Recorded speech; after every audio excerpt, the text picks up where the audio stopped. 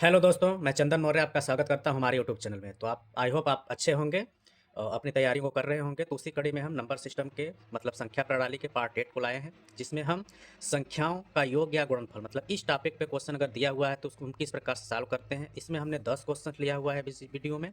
10 question में हम अलग अलग टाइप के क्वेश्चन को डिस्कस करने वाले हैं, जो कि हमेशा ही एग्जाम में पूछता रहता है। तो वीडियो के अंत तक जरूर बने रहिएगा, क्योंकि हर एक क्वेश्चन में आपको कुछ अलग अलग जानकारी देखने को मिलेगा। तो आइए स्टार्ट करते हैं पहले क्वेश्चन से। तो हमारे पास पहला क्वेश्चन क्या दिया हुआ है कि दो संख्याओं का योग 50 हो तथा अंतर 10 है, तो छोटी संख्या बताइए। अब कभी ऐसे क्वेश्चंस बन गया तो इसको हम कैसे सॉल्व करेंगे, तो बहुत ही आसान तरीके से हम देखने वाले हैं। तो देखते हैं। तो जैसे आपके पास योग दिया हुआ है और अंतर दिया हुआ है, अब पूछा है छोटी। तो कभी भी ऐसे क्वेश्चन पूछ रहा है, छोटी संख्या पूछ रहा है, तो हमें क्या करना पड़ता है, जो हमारे पास योग दिया हुआ रहता है उसमें से हम क्या करते हैं, जो अंतर रहता है उसको माइनस करके उसका हाफ कर देते हैं।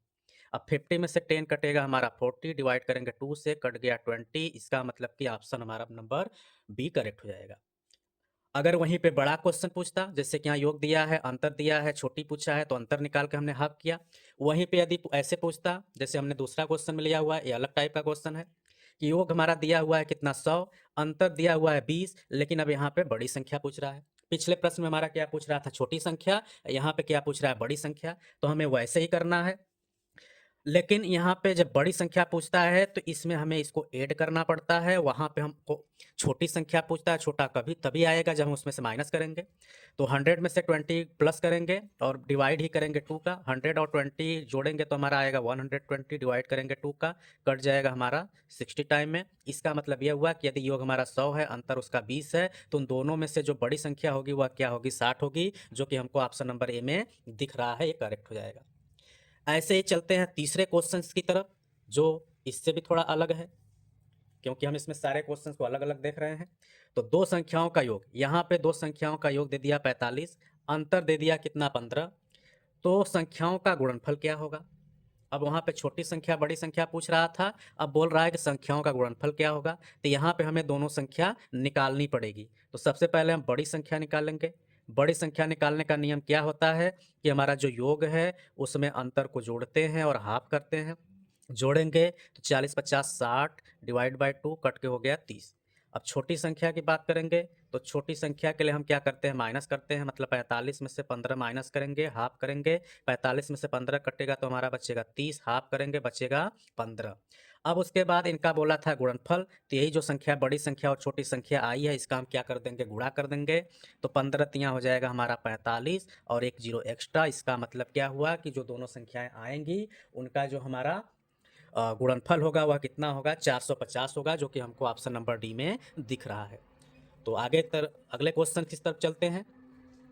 अब अगला क्वेश्चन में हमारा क्या है कि दो संख्याओं का यदि योगफल कितना दिया है, 7। मतलब दो संख्याएं हैं, उनका योगफल 7 दिया है, उनका जो गुणनफल दिया है वो 10 दिया है। इससे पहले हमें ऐसा नहीं था, ये हमारा 4 क्वेश्चन नंबर है, वो अलग टाइप का क्वेश्चन है।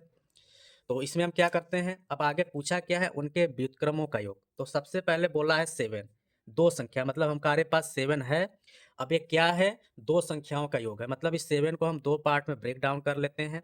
ऐसे संख्या में करते हैं कि उनको संख्या यदि हम ब्रेक डाउन करें तो उनको जोड़ने पे 7 आना चाहिए, और उन संख्याओं का गुणा करने पे ये हमारा 10 आना चाहिए। तो यहाँ पे हमको मिल गया कि 7 को हमने दो पार्ट में किया, 2 एंड 5। 2 5 को जोड़ेंगे 7 आएगा, और 2 5 जो हमारा क्या होता है, 10 होता है। अब जब इसमें पूछता है कि उनके व्युत्क्रमों का योग क्या होगा, तो वहाँ पे हम सीधे सीधे क्या कर लेते हैं, जो उनका योग होता है, योग में हम उसके गुणनफल का क्या कर लेते हैं, डिवाइड कर लेते हैं। बस यही हमारा हो जाता है उसका आंसर। ठीक। अब ये कैसे हुआ इसको हम एक्सप्लेन भी कर देते हैं। अब जैसे यहाँ पे हमारा संख्या क्या आया था, 2 और 5। तो 2 का हमारा जो रेसिप्रोकल मतलब व्युत्क्रम होगा 1/2 होगा, और 5 का 1/5 होगा। इसको यदि हम एलसीएम लेंगे तो 5 और 10 का एलसीएम हमारा 10 आएगा। 2 से कटेगा 5 टाइम में, और 5 से कटेगा 2, 1 जा 2, तो आ गया 7/10। तो हमने वो डायरेक्ट ट्रिक से किया, और हम ऐसे भी कर सकते हैं। तो आई होप आपको समझ में आया होगा। चलिए अगले क्वेश्चन की तरफ चलते हैं, जो कि अलग टाइप का है। तो अगला क्वेश्चन हमारे पास क्या है कि दिया हुआ है दो संख्याओं का योगफल 7 है, उनके व्युत्क्रमों का योग 7/10 है। अभी हमने पीछे ऐसा क्वेश्चन देखा हुआ था कि वहाँ पे जो है कि योगफल और गुणनफल दिया था, तो हमने उसका क्या निकाला, व्युत्क्रमों का योग निकालना। लेकिन यहाँ पे हमारे पास योगफल दे दिया है, व्युत्क्रमों का योग दे दिया है, पूछ रहा है संख्या। अब जैसे यहाँ पे लिखा है 7/10, इसका मतलब ये हमारा ऊपर वाला योग होगा और नीचे वाला क्या होगा, इसका गुणनफल होगा। ठीक। अब उसके बाद हम करते क्या है कि अब हमारा जो इस 7 है, इसमें से हमें ऐसे संख्याओं को छांटना है कि इसको क्या करें, फॉलो करें। जैसे कि 7 है हमारे पास, अब इसमें से हम ऐसे कौन सी संख्या हैं जिनको हम जोड़ेंगे तो 7 आए, लेकिन मल्टीप्लाई करने के बाद क्या आना चाहिए, 10 आना चाहिए। अब जैसे यहाँ 1 6 जोड़ेंगे तो हमारा 617 तो आएगा, लेकिन गुणा करेंगे तो 6 1 6 आएगा। इसका मतलब ये ऑप्शन हमारा क्या है, गलत है। आगे चलते हैं, 4 3 7 तो आ रहा है, लेकिन 4 3 12 आ रहा है, जबकि आना चाहिए 10। इसका मतलब कि ये भी हमारा क्या है, ऑप्शन गलत है। अगला चलते हैं, 5 × 2 10 आता है और 5 2 7 आता है। इसका मतलब कि ए हमारा जो ऑप्शन है इस क्वेश्चन को फॉलो कर रहा है। इसका मतलब इस क्वेश्चन का ऑप्शन नंबर जो 3 होगा वह हमारा क्या होगा, सही होगा। ठीक। चलते हैं अगले क्वेश्चन की तरफ। अगला क्वेश्चन हमने लिया हुआ है कि यदि दो संख्याओं का अंतर तथा गुणनफल क्रमशः 7 एवं 30 हो तो उनके व्युत्क्रमों का अंतर क्या होगा। सेम अभी हमने पीछे पढ़ा था कि व्युत्क्रमों का योग, लेकिन यहाँ पे पूछा है व्युत्क्रमों का अंतर। तो ये कैसे होगा, तो हम वैसे ही करेंगे कि जो हमारा 7 और 30 दिया हुआ है इसको हम 7/30 कर लेंगे। चाहे वो आपका योग में दिया हो व्युत्क्रमों के, चाहे अंतर में दिया हो, वो हमारा प्रोसेस सेम ही होता है। तो ये हमारा ऑप्शन नंबर बी में दिख रहा है, तो ये हो गया। इसको आप इस तरीके से स्प्लिट करके भी फॉलो कर सकते हैं। अगला क्वेश्चन की तरफ चलते हैं, जो कि हमारे पास क्या है, क्वेश्चन नंबर 7 है। 7 में हमने क्या लिया है कि यदि किसी संख्या को 15 से भाग दिया जाए। ये क्वेश्चन बहुत ज़्यादा आता है एग्जामों में कि कोई संख्या है, यदि हमने 15 से भाग दिया तो 8 शेष बचता है, और फिर उसी संख्या में हम क्या करते हैं, 3 से भाग देते हैं तो शेष क्या बचेगा। तो बहुत ही आसान क्वेश्चन है। किससे भाग हमको करना है, 15 से। किस में करना है, संख्या में। संख्या हमको नहीं पता है, लेकिन बोल रहा है कि जो शेष बचता है हमारा क्या बचता है, 8 बचता है। मतलब ये हमारा क्या है, शेष है। अब बोल रहा है कि यदि वैसी संख्या में हम क्या करते हैं, 3 से डिवाइड करते हैं तो शेष क्या बचेगा। तो यहाँ पे हमने कुछ नहीं करना है, जो पहले संख्या से करने के बाद जो शेष बचता है उसी में जो दोबारा संख्या से डिवाइड करने के लिए बोल रहा है उसी का हम क्या कर देते हैं, डिवाइड कर देते हैं।